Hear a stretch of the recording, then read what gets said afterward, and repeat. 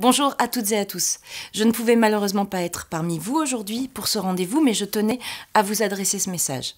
Aujourd'hui, vous êtes réunis pour les rencontres nationales de la Fédération des agences locales de maîtrise de l'énergie et du climat. Et je remercie Marie Scombre, la présidente, de m'avoir invitée à y participer. Et ce n'est pas n'importe quelle rencontre qui se tient aujourd'hui, car c'est vous qui faites essaimer la transition écologique au plus près de nos territoires. Votre expertise, votre capacité à fédérer sont autant d'atouts pour accélérer encore la grande transformation dans laquelle nous sommes désormais lancés. Alors, je tiens à saluer le travail remarquable fait par les agences locales de l'énergie et du climat. Aujourd'hui, les 40 agences existantes opèrent dans 7000 communes, touchant ainsi plus de 22 millions d'habitants. Vous êtes investis d'une responsabilité majeure pour accompagner les collectivités locales dans la définition de leur stratégie énergie-climat, en agissant au plus près des territoires, en apportant une expertise transversale et une vision de long terme indispensable aux politiques énergie-climat, et en aidant les acteurs des territoires à se perfectionner et les usagers à se former. C'est pourquoi nous avons voulu renforcer le statut juridique de ces ALEC avec la loi climat et résilience adoptée cet été en inscrivant dans la loi leur mission principale.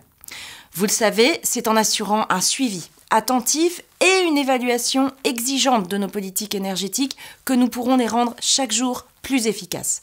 Dans ce contexte, nos agences ont la responsabilité de fournir des indicateurs chiffrés sur les consommations, la production énergétique et les émissions de gaz à effet de serre. Mais les missions de nos agences ne s'arrêtent pas là. Elles fournissent également un appui précieux aux intercommunalités pour mettre en œuvre le service public de la rénovation de l'habitat. À ce sujet, les prochains mois seront consacrés à la définition du rôle et des missions de l'accompagnateur Rénov' en écho aux engagements de la loi climat et résilience. Je sais que nous pourrons compter sur l'expertise des ALEC et de la Fédération Flamme pour élaborer ensemble les contours de ce nouveau dispositif qui doit permettre de compléter l'offre d'accompagnement. Alors, nous travaillons à rendre cette offre plus lisible sous la bannière France Rénov'. Elle aura vocation à être une nouvelle marque fédératrice du service public de la rénovation de l'habitat.